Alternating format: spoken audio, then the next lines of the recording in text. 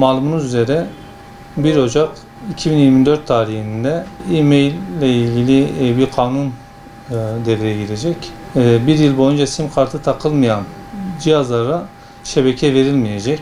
Yani bu durumun yani bize ve topluma karşı çok büyük zararları olacağını dile getirmek istiyorum. Örneğin biz servisiz ve elimizde bulundurduğumuz anakartlar var. Yüzlerce, binlerce anakartlar var. Gelen cihazların ayakta kalabilmesi için kullanıyoruz. Eğer ki biz bunları kullanamazsak ciddi bir milli servet kaybına uğrayacağız. Gelen müşterilerin cihazını, yani 10 bin liralık, 20 bin liralık müşteri cihazlarını 1000 lirayla, 2000 lirayla hayata döndürüyoruz. Sıfır cihaz aldığımız zaman 2 yıl garantisi olan bir cihazın 1 yıl şebeke zorunluluğu gelmesi, yani sim kart takma zorunluluğunun gelmesi, yani kanunen de vicdanen de doğru olmadığını görüyoruz. Şimdi diyelim ki 1 yıl sim kart takma zorunluluğu gelirse bu bizim işimize yaramaz.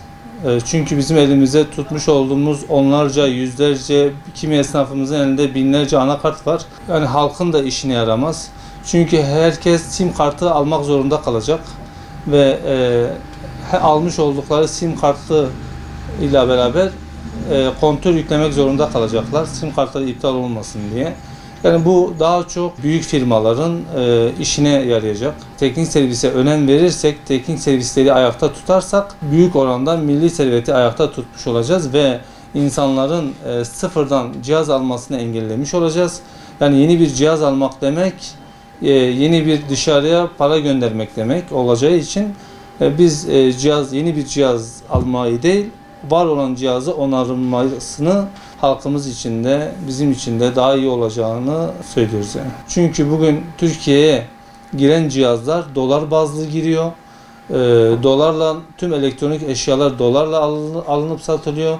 Eğer ki biz bu cihazları onaramazsak yeni bir dolar çıkışı olacak. Eğer bu kanun devreye girerse biz gerçekten sıkıntı yaşayacağız. Çünkü elimize tutmuş olduğumuz anakartlar artık işe yaramayacak. İşe yaramadığı zaman bizim orada bir kaybımız olacak. Bununla beraber gelen cihazlar, anakartı eğer çok ciddi anlamda hasar görmüşse biz ne yapıyoruz? Yeni bir anakart temin ediyoruz veyahut elimize var olan anakartı o cihaza takıyoruz. Yenileme işlemini yapıyoruz. Müşteriye veriyoruz. Böylelikle hem müşteri kazanmış oluyor hem biz kazanmış oluyoruz.